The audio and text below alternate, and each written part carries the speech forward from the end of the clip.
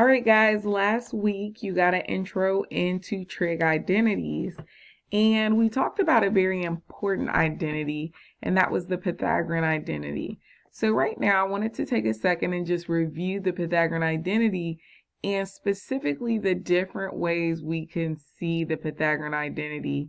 Now, as I go over the Pythagorean identity and the different ways we can see it, note that because I'm using keyboard type, this is going to be sine squared and this is cosine squared, just a FYI for you.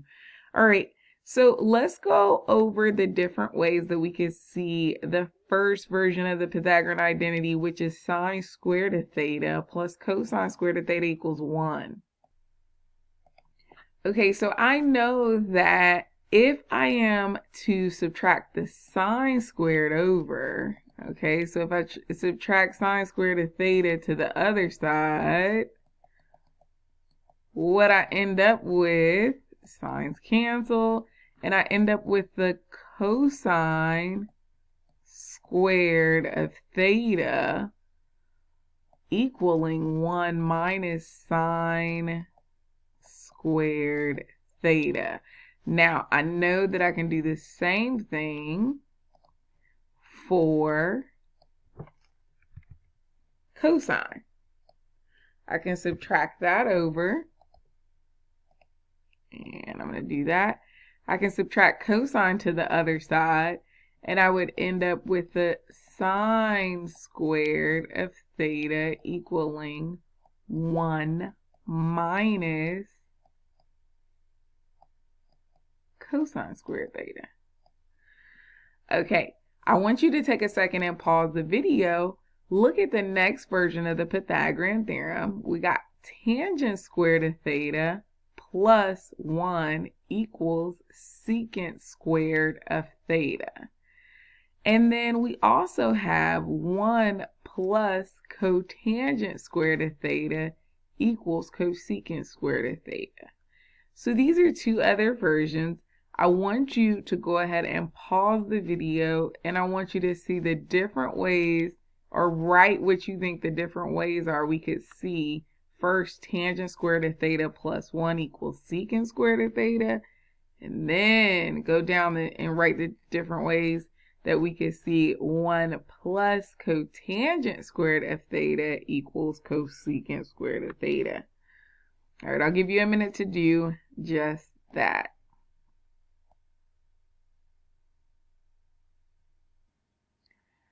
All right, let's see if you got what I got.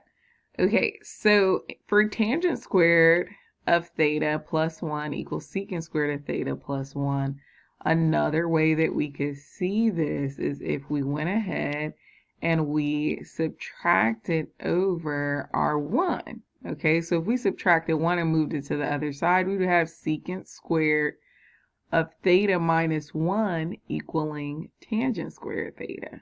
Okay, so every time we see tangent squared of theta when we're verifying an identity or we're simplifying an identity, we know that we could sub in secant squared theta minus 1 or vice versa. Let's see, the other form that we could see this in is if we subtracted tangent to the other side. So if we subtracted tangent to the other side, we would have secant squared of theta minus tangent squared of theta. And that would be equal to 1. So what that means is if we're simplifying identities, if I see secant squared of theta minus tangent squared of theta, I know that is just a 1. And so I can simplify the expression by substituting 1 in for that expression. Let's go down to the next one. Did you get the next one? And essentially all we're doing is we're moving one of the terms to the other side to see the different ways we can see the expression. So what I did is I moved cotangent over to the other side by subtraction. I subtracted cotangent over, so I know that another way I could see this is 1 equaling cosecant squared of theta minus cotangent squared of theta. So I know if I see this expression, cosecant squared of theta minus cotangent squared of theta, I can simplify that expression by putting a 1 there because all of that equals 2 is 1.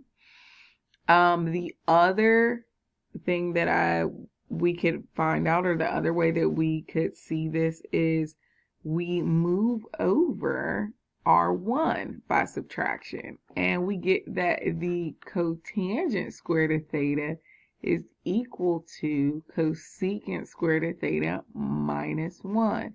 Again, we can do some substitution. If we see cosecant squared of theta minus 1, we know that just equals to cotangent squared of theta.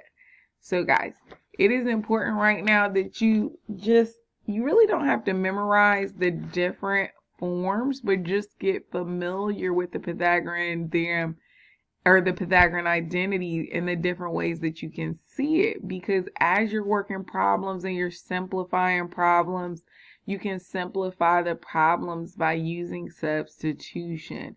And a lot of it will go back to these Pythagorean identities. All right, let's look at the next slide for our challenge problem.